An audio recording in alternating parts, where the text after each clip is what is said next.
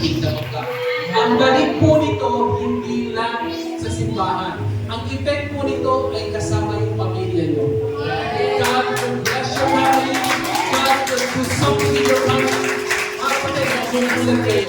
Daming testimony po. There's so many testimony that when people give generously, when people give all the resources unto God, ang daming pwedeng gawin ng mga sa simbahan nyo. So I want to challenge you mga kapatid to give generously sa Panginoon. Huwag tayo kumihinaya.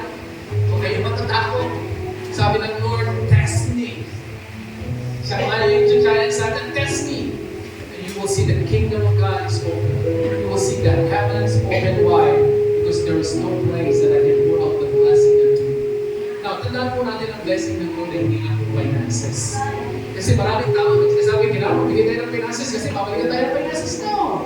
The blessing of the Lord po yung return sa atin is not only finances, but it could be your health.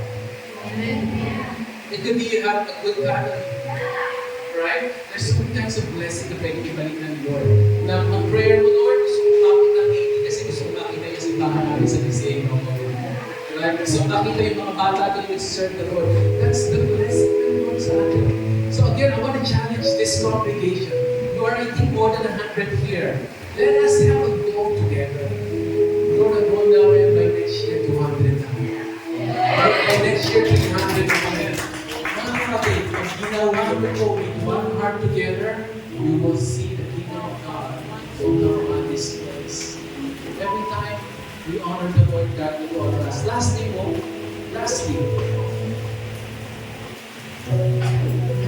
ways how to